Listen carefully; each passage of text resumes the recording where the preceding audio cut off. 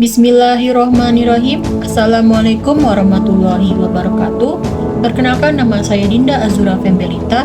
Saya dari kelas 3A dari jurusan Administrasi Negara. Saya akan menjelaskan tentang paradigma pelayanan publik dari mata kuliah Manajemen Pelayanan Publik dengan dosen pembimbing Ibu Fitria Ramadhani Agusti Nasution, SIP, MSI.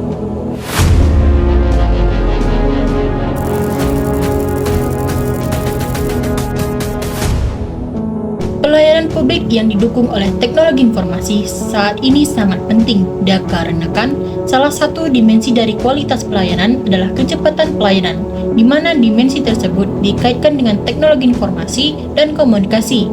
Dengan adanya teknologi informasi dan komunikasi, maka pelayanan yang diberikan khususnya pada organisasi jasa akan semakin cepat dan akurat, serta memiliki tingkat akuntabilitas dan kualitas yang tinggi. Yang pertama, New Public Service atau NPS. NPS menempatkan pelayanan publik sebagai inti dari administrasi negara, di mana administrator publik berperan untuk mengartikulasikan dan membagi kepentingan bersama warga negara. Agar kepentingan masyarakat dapat terakomodasi dengan adil, diperlukan media komunikasi antara pemerintah dan masyarakat. Pemanfaatan teknologi informasi dan komunikasi atau TIK menjadi sarana efektif untuk mempercepat interaksi tersebut. Pelayanan publik sendiri merupakan aktivitas birokrasi dalam memenuhi kebutuhan warga, baik berupa barang, jasa, maupun administrasi. Spektrum pelayanan publik sangat luas, mulai dari pelayanan dengan tujuan politik untuk mewujudkan keadilan sosial hingga pelayanan yang manfaatnya dirasakan langsung oleh individu. Dalam konteks NPS, masyarakat tidak semata dilihat sebagai pelanggan atau customer, melainkan sebagai warga negara yang berhak mendapatkan pelayanan berkualitas. Oleh karena itu, meskipun banyak negara maju mengadopsi pendekatan pelayanan sektor swasta yang berfokus pada pelanggan, esensi NPS tetap menekankan pada kepentingan publik dan partisipasi warga. Yang kedua, New Public Management atau NPM. NPM mengadopsi pandangan bahwa warga negara adalah pelanggan, seperti halnya di sektor swasta, dengan slogan memberikan pelayanan kepada pelanggan setara dengan yang terbaik dalam dunia bisnis. Model NPM yang berkembang pada tahun 1990-an membawa inspirasi baru bagi manajemen publik di berbagai negara. Dalam memahami perubahan paradigma administrasi negara, Dan Hart melalui bukunya The New Public Service melayani bukan mengendalikan, menjelaskan perkembangan dari paradigma administrasi klasik hingga kontemporer.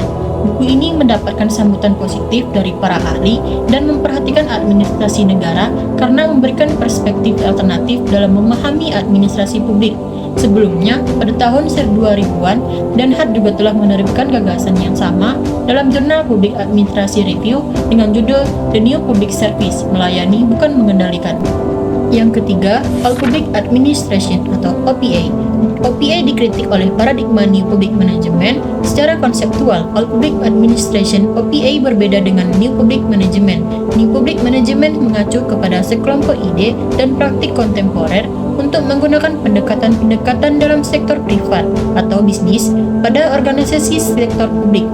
New Public Management adalah suatu gerakan yang mencoba menginjeksi prinsip-prinsip organisasi sektor privat ke dalam organisasi pemerintah.